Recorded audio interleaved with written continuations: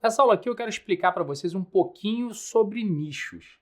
E nicho é uma coisa que, dependendo de quem vai falar para vocês, pode dizer que nicho é muito bom ou que nicho é muito ruim. Na verdade, nicho é uma coisa que você tem ou não, simples assim. Você pode escolher ter um nicho e ser muito bem sucedido assim, ou você pode escolher não ter um nicho e também ser muito bem sucedido assim. Mas para a gente equalizar esse papo aqui, vamos entender direitinho e falar a mesma língua sobre o que é um nicho. Eu posso falar para você que eu trabalho no nicho de mercado imobiliário, trabalho no nicho imobiliário, e você entendeu o que eu quero dizer. Só que, na maneira correta de analisar, isso estaria errado, porque o próprio nome já diz mercado imobiliário. Eu até falei, na hora de explicar, eu falei mercado imobiliário, me corrigi para imobiliário. Porque um nicho, na verdade, ele está dentro de um segmento e um segmento está dentro de um mercado. Então, por certo, a gente deveria ter um mercado, um segmento e um nicho. Aplicando isso, o que poderia ser? Poderia ser o mercado imobiliário com um segmento de casas e um nicho de luxo. Entende? Então, quanto mais eu vou afunilando essa história de mercado, segmento e nicho, mais profundo eu vou na minha forma de me comunicar, no cliente que eu busco, nas campanhas que eu faço de marketing. Então, é uma decisão que vocês vão ter que ter, o quanto que vocês vão afunilar. Agora, chame você de mercado, chame você de segmento, ou chame você de nicho.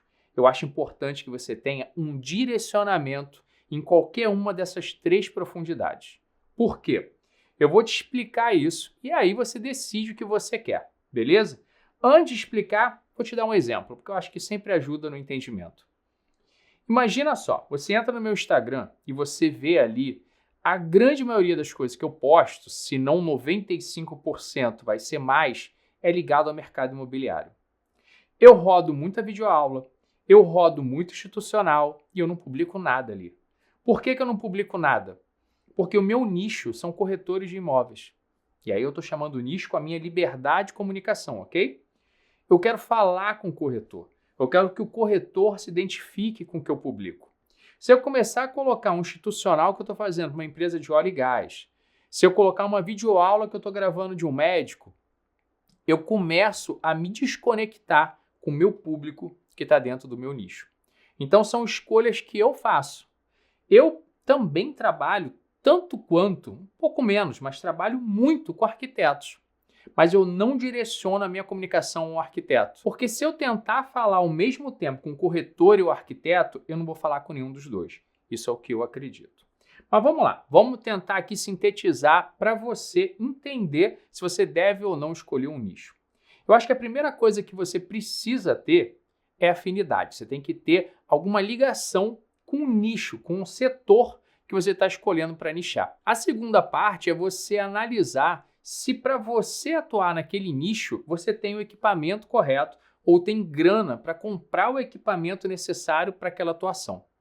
Por exemplo, para eu gravar um imóvel, eu preciso de muito menos equipamento do que para gravar um institucional. E para gravar um institucional, eu preciso de muito menos equipamento do que para gravar uma série para Netflix. E por aí vai. Então, se, por exemplo, se o teu sonho, a tua vontade no audiovisual é ser um produtor de filmes e séries, cara, prepara teu bolso porque você vai precisar de ter uma série de equipamentos que são mais caros ou então, mesmo assim, ter um caixa muito bom para alocar equipamento a cada produção. Outra coisa é você ver se você tem uma rede de contatos para que você possa brilhar nessa área, você possa entrar nessa área. Por exemplo, eu tenho muitos contatos na área imobiliária. Se eu precisar chegar até um corretor, certamente eu conheço um corretor que conhece ele. Eu conheço alguém que conhece esse corretor que me coloca lá para ter uma reunião, para bater um papo, para tentar vender uma ideia. Eu tenho penetração nesse mercado. Agora, se eu tentar às vezes entrar para o mercado, por exemplo, de moda, eu não conheço pessoas do mercado de moda. Devo conhecer talvez 5, 6 pessoas aí do mercado de moda. É muito mais difícil eu me estabelecer nesse mercado. Então, é muito importante, não é imprescindível, você pode correr atrás disso e conquistar, mas é muito importante que você já tenha um network, um caminho traçado para você chegar ali naquelas pessoas-chave para vender o teu serviço. Uma outra coisa que é importante é você analisar a concorrência que você tem. Ver se já existem líderes de mercados, ver como eles atuam, ver se você consegue pegar uma fatia daquele mercado para você. Eu, por exemplo, quando comecei a atuar no audiovisual para o mercado imobiliário, eu não tinha nenhum concorrente. Ninguém produzia, ninguém tinha interesse em produzir. Foi realmente ali chamado Oceano Azul para mim. Não tinha ninguém concorrendo comigo. Hoje eu tenho todo mundo concorrendo comigo. Hoje tem muita gente nessa concorrência. E aí cabe a mim criar diferenciais para que quando as pessoas forem contratar e tentarem ali equiparar, equalizar os fornecedores, eles tenham dificuldade de entender se todos estão realmente vendendo a mesma coisa, porque o que eu estou oferecendo é diferente do que outros estão oferecendo. Por último, eu diria para você fazer uma análise de mercado, e eu digo por último porque eu acho que no audiovisual essa análise de mercado ela é um pouco menos importante. Por quê?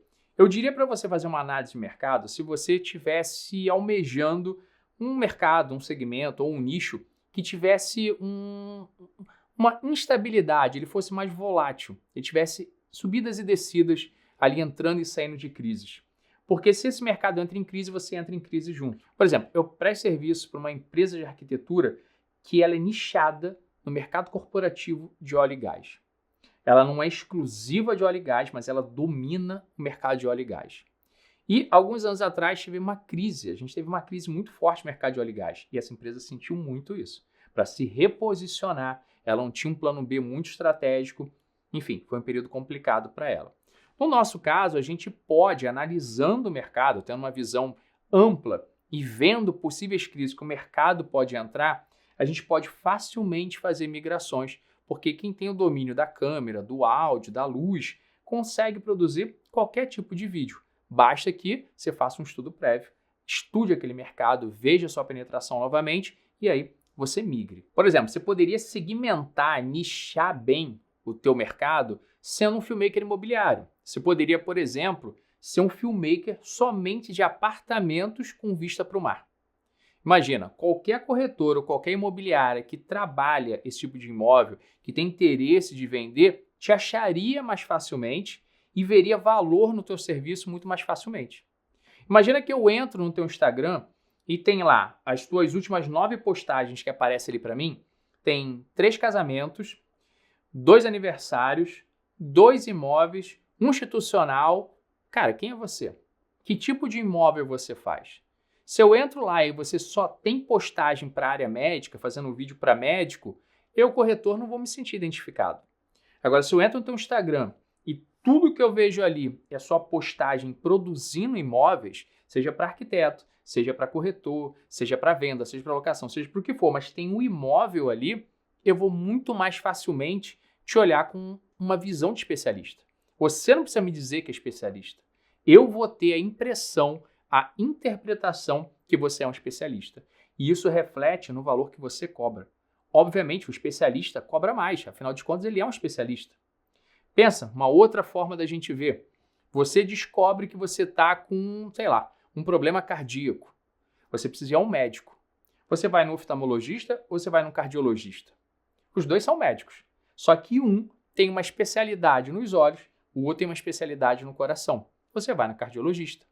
Ou ainda, se eu quisesse botar um exemplo menos fictício, você preferiria ir num clínico geral, que trata de tudo, ou preferiria ir num cardiologista que é especializado no coração? Aí você descobre que você está com um problema na válvula X. Tem um médico especialista somente em cirurgias e tratamentos da válvula X. Ele não vai ser atraente para você? Da mesma forma é atraente se você for uma pessoa que se comunica diretamente com um nicho. Quanto mais nichado, mais especialista, mais caro você vai poder ser. Agora, o nicho não quer dizer que você vai ficar marcado para sempre daquele nicho. Amanhã, se você quiser mudar de nicho, você pode muito facilmente montar um planejamento para mudar o seu nicho. Vamos dizer que eu amanhã queira trabalhar só com institucional. Eu já faço hoje. Mas digamos que a partir de amanhã eu queira ser visto, reconhecido como um cara que grava institucionais. Primeira coisa que eu ia fazer é pensar se eu quero trabalhar com institucional de todas as empresas ou se eu iria nichar empresas. quero trabalhar com institucional só de advogados, institucional só de empresas de óleo e gás, institucional só de fábricas. Eu ia escolher. Feita essa escolha, eu ia começar a fazer publicações nas minhas redes sociais voltados para esse setor. Eu ia parar de postar sobre mercado imobiliário, sobre produção com celular, porque institucional, em geral, a gente não grava com celular, não é tão bem aceito a gravação com celular. Então eu iria aos poucos me reposicionando, mudando a minha comunicação verbal e visual para que eu começasse a ser visto dessa forma. E ser visto é melhor do que ser ouvido, tá? Você falar que você é especialista, repito isso sempre, isso não te leva para o lugar que você quer chegar. Você tem que ser visto como especialista e aí sim, você vai ser catalogado como especialista na mente do teu cliente.